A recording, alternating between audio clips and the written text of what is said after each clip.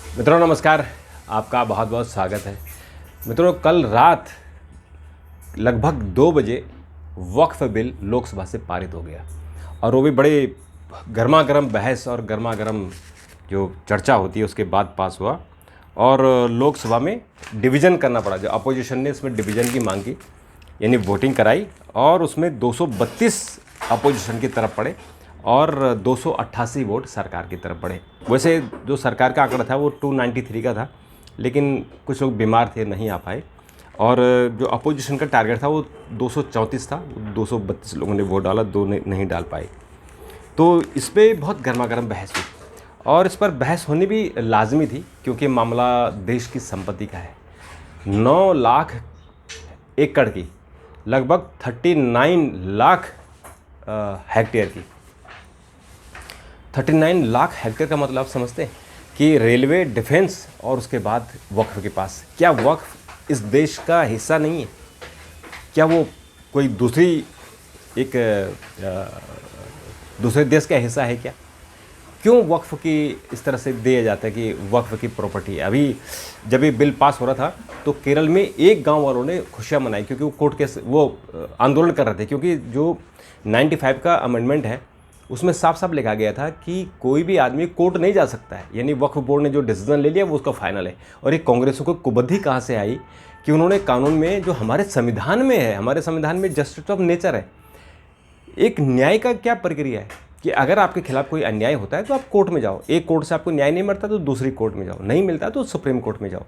लेकिन उसमें लिखा गया है कि आपको कहीं नहीं जाना है और आपको जो ट्रिब्यूनल ने कह दिया वक्फ बोर्ड के, वो हो जाएगा। तो इसके कारण कई ऐसे गांव थे। अब देखिए ना कि जैसे कल अमित शाह जी ने लोकसभा में जब चर्चा हुई तो उन्होंने एक आंकड़े रखे कि 1913 से 2013 के बीच, यानी 100 सालों में वक्फ की प्रॉपर्टी में लगातार इजाफा हुआ और होते होते वो करीबन 18 लाख हेक्टेयर पहुंच गया।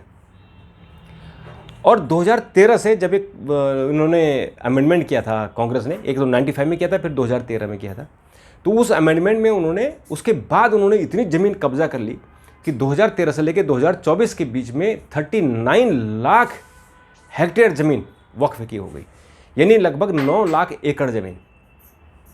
अब सोचिए कि इतनी बड़ी ज़मीन और सब कब्जे हो रहे हैं। जो आपने टोपे रख दी, आपने कहा कि पार्लियामेंट में हमारा है, इंडिया गेट भी हमारा, ये नई दिल्ली सारी तुम्हारी है, सब कुछ। तुम कौन हो भाई? तुम हिंदुस्तान के लोग नहीं हो क्या? क्या तुम हिंदुस्तान के नागरिक नहीं हो? तो ये अलग कैसे? तो ये मुझे लगता है कि बहुत सोचे समझे और बहुत ही, इस कानून को तो बल्कि आज़ादी के बाद ख़त्म कर देना चाहिए था वक्फ बोर्ड को। वक्फ बोर्ड की कोई ज़रूरत नहीं थी। और इसका जो उसकी प्रॉपर्टी है, जिस तरह सरकार और प्रॉपर्टियों की निगरानी करने की एएसआई कर रही है, एएसआई करे। और जो ये कब्ज़ा कर रहे हैं कि वहाँ नमाज़ पढ़ी गई, 100 साल पहले किसी ने एक दिन नमाज़ पढ़ ली तो उनकी ज़मीन हो गई, ऐसा नहीं होना चाहिए था। तो जो खामियां थी वक्फ बोर्ड अमेंडमेंट बिल में, उन खामियों को दूर किया गया। इसमें जो सबसे बड़ी खामी थी कि जो आर्टिकल, इसमें जो इसकी संशोधन करके जो 40 डाला गया था, यानी धारा 40, उसमें लिखा गया था कि इसकी सुनवाई नहीं होगी। तो इसलिए सरकार ने वो प्रोविज़न कर दिया है कि इसकी सुनवाई अब आप हाई कोर्ट में जा सकते हो और हाई कोर्ट के बाद आप सुप्रीम कोर्ट तक जा सकते हो। दूसरा जो इसमें एक प्रोविज़न किया गया था कि जो वक्फ बोर्ड में कौन लोग होंगे। तो हालांकि अभी लोग कहते हैं कि स्टेट में वक्फ बोर्ड में कुछ महिलाएं भी हैं, लेकिन अभी उसका कानूनी प्रोविज़न हो गया है कि अगर उसका कानूनी प्रोविज़न रहेगा तो उसके बाद कानून के हिसाब से आपको उनको रखना ही पड़ेगा। और दूसरी बात है कि जो डीएम होगा, जिस इलाके में वो वक्फ समिति होगी, वहाँ का डीएम उसका मेंबर होगा। और सेंट्रल लेवल पर भी जो गवर्नमेंट ऑफ इंडिया का एक नॉमिनी होगा, स्टेट लेवल पर भी उसकी जो काउंसिल बनेगी उसका भी नॉमिनी होगा। तो उसमें गवर्नमेंट का नॉमिनी क्यों नहीं होगा? जब संपत्ति गवर्नमेंट की है, सरकारी है, ये जो भी संपत्ति इस देश की वो भारत सरकार की है, चाहे इंडिविजुअल की हो चाहे किसी संस्था की हो। सरकार जब चाहे उसको, अगर ऐसा ज़रूरत पड़े तो उसको ले सकती है, जैसे एक्वायर करती है कोई, अगर डेवलपमेंटल प्रोजेक्ट होते हैं तो उस तरह से। तो वो इसमें हुआ। अब इसमें कल एक बड़ी अच्छी बात हुई कि कल एक सांसद ने कहा लोकसभा में कि इस कानून को कोई नहीं मानेगा और ये इलीगल है। तो कल अमित शाह जी ने बहुत गुस्से में और बहुत सही बात कही। उन्होंने कहा कि ये भारत सरकार का कानून है, ये लोकसभा और संसद से द्वारा पारित किया है, इसमें हर नागरिक को मानना पड़ेगा। और कैसे नहीं मानेगा कोई? और ये बात सही है कि संसद से पारित कानून को कौन नहीं मानेगा? क्या उस देश का नागरिक नहीं है? क्या उस देश में नहीं रहना है क्या उसको? तो उस देश में रहना है तो एक एक कानून को मानना पड़ेगा, और बिल्कुल मानना पड़ेगा। वो XYZ जो भी हो, मैं हूँ, आप हैं, कोई भी, संसद से पारित है। और इसमें संशोधन क्यों नहीं हो? अभी असदुद्दीन ओवैसी ने बड़ी बड़ी बातें की कि मुस्लिम को टारगेट किया जा रहा है, सब। असदुद्दीन ओवैसी जी से पूछिए कि हैदराबाद में जितनी उनकी प्रॉपर्टी है, उनके जो मेडिकल कॉलेज है या उनकी जो और संस्थाएं हैं, उनकी जो कोठी है, वो किसकी प्रॉपर्टी में? उनसे एक सवाल पूछिए कि ये प्रॉपर्टी क्या वक्फ की है? वो हाँ या ना में जवाब दे, फिर आपको पता लगेगा कि वो प्रॉपर्टी किसकी है। क्योंकि उनके पिताजी और उनकी जो एक पॉलिटिकल खानदान है, उन्होंने जो संपत्तियाँ इकट्ठी की हैं वो किसकी हैं, वो ज़रूर इसका जवाब दे। और दूसरी, जो ओबराय होटल है दिल्ली में, इस ओबराय होटल में जो मदनी साहब थे, अभी तो मदनी साहब बुज़ुर्ग हो गए, मदनी साहब ने ओबराय होटल को वक्फ की ज़मीन, उसके आप अगर आप ओबराय होटल के पीछे चले जाएँ, जो गोल्फ लिंक का जो इलाका है, वहाँ आज भी कुछ मज़ारें हैं या वहाँ कब्रिस्तान है। और उसके बाहर एक मस्जिद है, अगर आपने दिल्ली का ओबराय होटल देखा, वो ज़मीन वक्फ की थी। उस ज़मीन को कैसे ओबराय होटल को लीज पर दे दी? और उसमें मदानी साहब का हिस्सा कैसे हो गया? यानी उसमें शेयर होल्डिंग है मदानी साहब की। तो ये भी, इसकी भी जांच का विषय है। तो ये जांच करें कि क्या ये बात सही है कि उसमें मदानी साहब का हिस्सा है। और दूसरी बात कि कल अमित शाह जी ने कहा कि 20,000 एकड़ ज़मीन लीज पर थी, लेकिन 2024 के आंकड़ों के मुताबिक वो 0 हो गई। यानी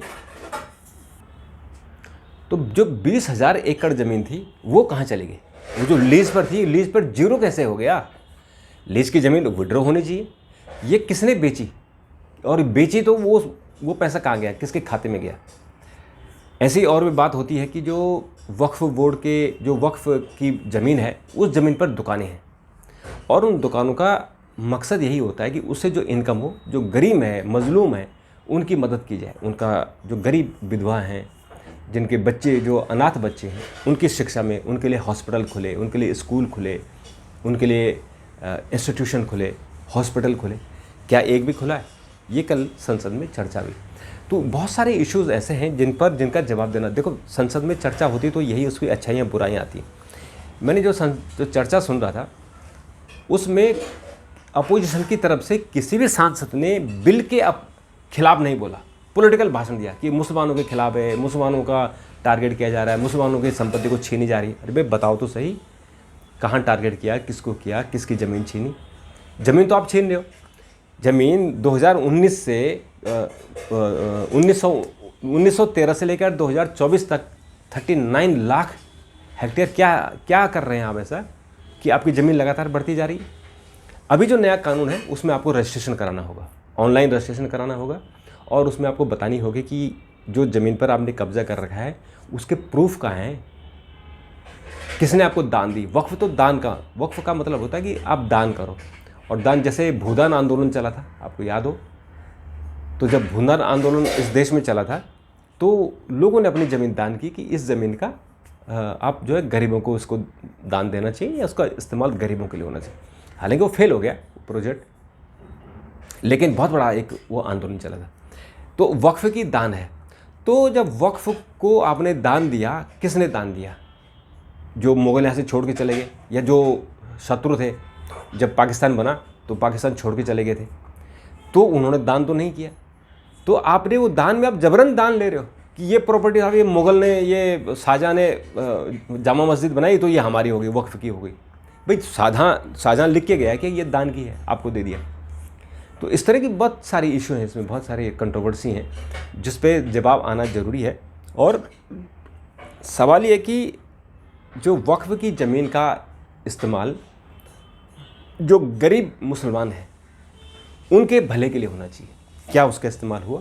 और नहीं हुआ तो जो इतने मुस्लिम हमारे भाई बहन हैं उनको वक्फ से जवाब मांगना चाहिए कि भाई एक दुकान का जो किराया है किसी कमर्शियल जगह, वो 50,000 1 लाख होती है, लेकिन आप देखिए उन दुकानों का रेट क्या है। उन दुकानों का रेट है 3 रुपया, 10 रुपया, 5 रुपया। बाकी पैसा कहाँ जाता है? जो मस्जिद के आसपास की जो जो जो दुकानें होती हैं उनसे वसूली कौन करता है? आप पूछिए ज़रा इनसे, तो आपको पता लग जाएगा कि जो पैसा गरीबों को जाना चाहिए वो पैसा कुछ लोगों के जेब में जा रहा है। और अगर वो पैसा गरीबों को जाए तो वाकई, अब देखिए कल अमित शाह ने एक बहुत अच्छी बात की कि अगर वक्फ की ज़मीन का अगर सही इस्तेमाल होता तो आज इस देश की तस्वीर ही कुछ होती। आज आप कहते हैं ना कि देश में मुसलमान गरीब है। क्यों गरीब है भाई? जब इतनी बड़ी लैंड आपके पास है और उस लैंड का अगर सही इस्तेमाल होता, उससे जो इनकम जनरेट होती है और उसको मुसलमानों में उसके इनकम को अगर डिवाइड कर दिया जाता, गरीबों के लिए हॉस्पिटल खोले जाते, शैक्षणिक संस्था खोली जाती, यूनिवर्सिटी खोली जाती, तो आज रोज़गार मिलता, पढ़ते लिखते।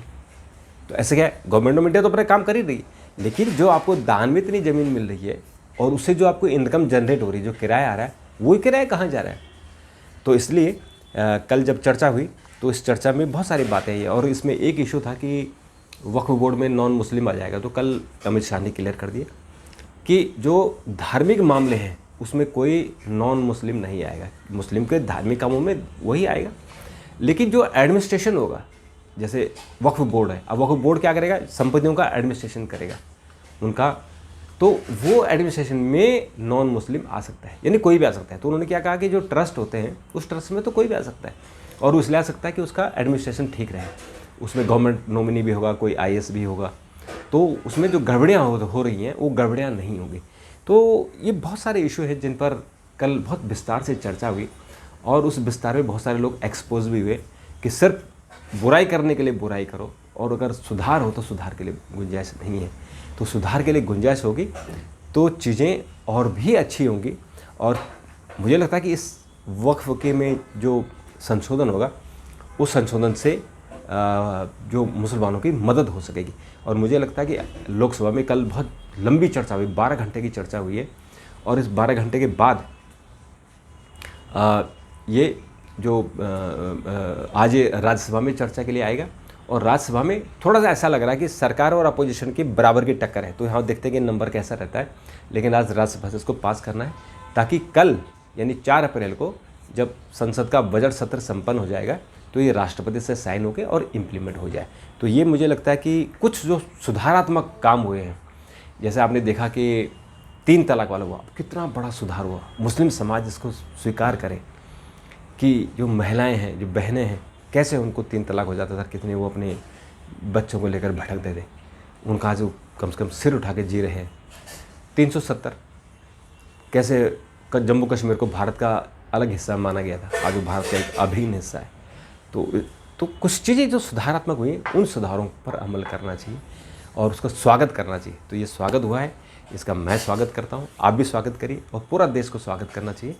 और इसका जो बहुत अच्छा जो काम होगा वो हमारे मुस्लिम भाई बहनों की मदद होगी, उनका जीवन स्तर बढ़ेगा और यही हम चाहते हैं कि हमारे देश में सब बराबर हो, सब संपन्न हो, सब खुशहाल हो, खुशहाल रहें और यही मेरी भी प्रार्थना है। तो अभी के लिए इतना, फिर एक वीडियो के साथ मिलेंगे, तब तक के लिए नमस्कार।